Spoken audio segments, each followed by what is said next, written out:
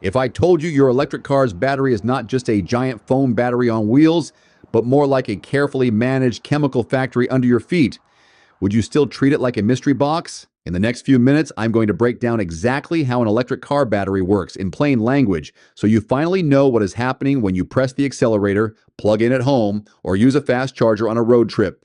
I am Dave, and this is Everyman EV, the channel that makes electric car technology actually understandable. If you are tired of buzzwords and just want clear answers about batteries, charging, and real-world range, tap subscribe and turn on notifications. All right, let's start with a big picture. What is an electric car battery, really? When people say the battery in an electric car, they are usually talking about the battery pack. That is the big, heavy structure under the floor of most electric cars. Inside that pack are three main layers. First, you have cells. These are the small individual batteries. They might be little cylinders, flat pouches, or rectangular blocks. Second, those cells are grouped into modules. Think of a module as a small cluster of cells bolted together. Third, all of those modules are combined into the pack itself, along with cooling parts, sensors, wiring, and a strong outer case. Here is a simple way to picture it. A single cell is like one Lego brick. A module is a small block made from those Lego pieces. The pack is the full Lego structure built from all of those blocks. Most modern electric cars use what are called lithium-ion cells. You do not need to remember the name. The important idea is this. Inside each cell, tiny particles move back and forth to store and release energy. So let's zoom in and see what is happening inside one of those cells. Every cell has four main parts. First is the anode, usually made from a form of carbon called graphite. Second is the cathode, made from a mix of metals. This might include nickel, manganese, cobalt, iron, and others depending on the battery design. Third is the electrolyte. That is a liquid or gel inside the cell that lets those tiny particles move back and forth. Fourth is the separator. This is a very thin plastic sheet that keeps the two sides from touching and shorting out. Here's the simple version. The cathode is like a warehouse where those particles like to stay when the battery is low or empty. The anode is another warehouse where they like to stay when the battery is full. The electrolyte is the hallway connecting the two warehouses. The separator is the safety fence so the two warehouses do not crash into each other. When you charge and discharge the battery, you are basically moving those particles and their electrical charges between these two warehouses in a controlled way. Let's start with what happens when you drive the car, because that is what you feel every day. When you press the accelerator, the tiny particles move from the anode toward the cathode through the liquid inside the cell. At the same time, electrons leave the anode and flow through the car's wiring into the power electronics, into the electric motor, and then back into the cathode side. The particles stay inside the battery. The electrons are the part doing the work, spinning the motor and moving the car. In simple terms, driving your electric car is really just stored chemical energy in the battery, turning into electrical energy in the motor, which then turns into motion at the wheels. The more power you ask for, hard acceleration, high speed, or climbing a hill, the faster those electrons and particles have to move, and the more heat the battery creates. Now, what about charging? When you plug in to charge, you are running that process in reverse. The charger sends electrical power into the battery pack. The battery system uses that power to push the tiny particles back from the cathode side to the anode side. Electrons flow in the opposite direction through the cables and into the battery, and the cell stores that energy as chemical potential energy on the anode side. Two big things are happening behind the scenes. First, the car is carefully controlling the voltage, or how much electrical pressure each group of cells sees, so nothing is overcharged.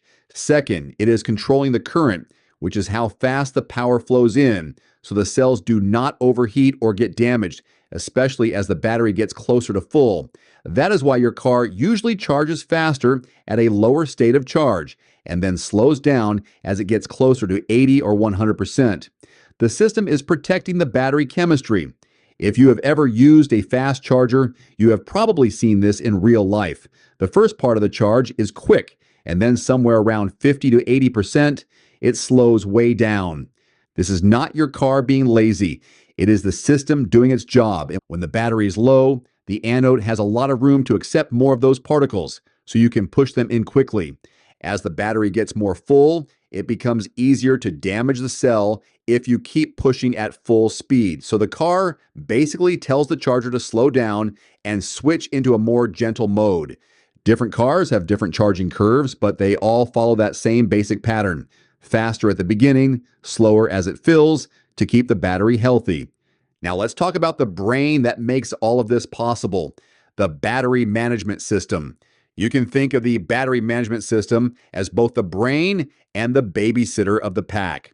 It constantly watches the voltage of each cell or group of cells, the temperature at many points in the pack, the current going in and out, and it estimates the state of charge, which is the percentage you see on your screen, and the state of health, which is how much capacity the pack still has compared to when it was new. If anything starts to look risky, like a cell getting too hot or the voltage going too high, the battery management system can reduce power, slow down charging, or in extreme cases, shut the system down to protect the pack. Without a good battery management system, modern electric car batteries would not be safe, would not last long, and probably would not be allowed on the road. Next, let's talk about temperature, because that is a big deal for batteries. Chemical reactions are picky about temperature, and the reactions inside your battery are no different. Most packs are happiest when they are roughly around room temperature or slightly warm. Too cold or too hot, and things start to get worse. When the battery is too cold, performance drops, you get less range, charging slows down, and fast charging can actually harm the cells if it is not carefully controlled. When the battery is too hot, the cells wear out faster, and extreme heat can raise safety concerns. That is why most modern electric cars use some kind of liquid cooling system for the battery. Coolant flows through channels or plates next to the cells. The car can cool the battery down or warm it up depending on the situation. Some electric cars will also precondition the battery before you arrive at a fast charger, so it is at the ideal temperature to charge quickly.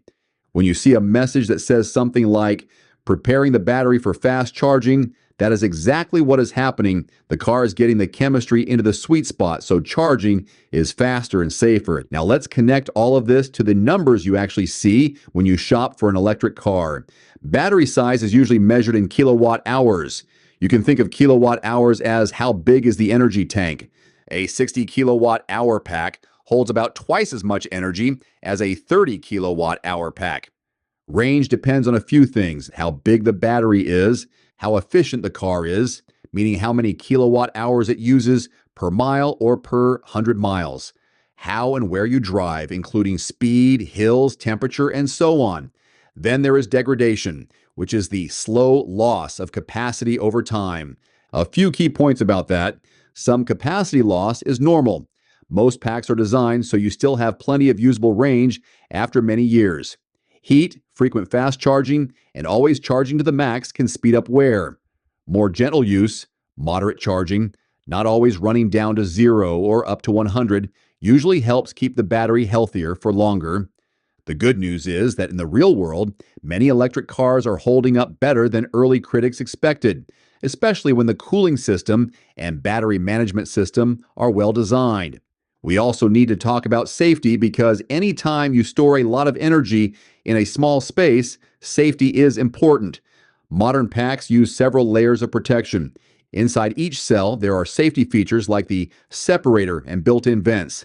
At the module level, there are fuses and careful spacing. At the pack level, you have a strong case, structural support, and shielding to protect the battery in a crash. On top of that, the software and the battery management system are constantly watching for any signs of trouble and can step in if something looks wrong. Are battery fires possible? Yes, but they are rare compared to the total number of electric cars on the road, and gasoline cars have fire risks too. The difference is that when a battery fire does happen, it makes big headlines because it looks dramatic. The point is not to be afraid. The point is to understand that there is a lot of engineering happening to keep that chemical factory under your feet behaving itself. So what does all of this mean for you as a driver? First, Do not panic about every little bit of battery loss. Some loss over time is normal. Second, use fast charging when you need it, but do not treat it as your only charging method if you have access to slower home or workplace charging. Mixing in slower charging is easier on the pack. Third, in very hot or very cold weather, expect some changes in range and charging speed. That is not your car braking. That is the chemistry responding to temperature. Finally, remember that the pack, the cooling system, and the battery management system are all working together to protect the battery even when you are not thinking about it. You do not need to be a battery engineer to own an electric car, but knowing these basics makes it easier to ignore bad information online and make smarter choices about how you drive and charge. If this helped you finally picture what is going on inside an electric car battery, tap that like button so more people can find it. Let me know in the comments what still confuses you about batteries, or what do you want me to break down next? Solid state batteries, fast charging myths, different battery chemistries? Drop your ideas below. I read as many comments as I can and build future videos around your questions. And if you want more no-nonsense electric car explainers like this, make sure you are subscribed to Everyman EV with notifications turned on. Thanks for watching, and I will see you in the next video. One final note, if you are in the market for a new vehicle soon, great. Connect with your local dealership and price and test drive at least 3 different vehicles. A vehicle's strengths and weaknesses can only be discovered when you are behind the wheel. My reviews can be good, but you need to test drive these yourself. Visit quotes.everymandriver.com, select the make, model, and your zip code, and you'll get invoice pricing in your area on those vehicles. Shop smarter with price quotes at quotes.everymandriver.com.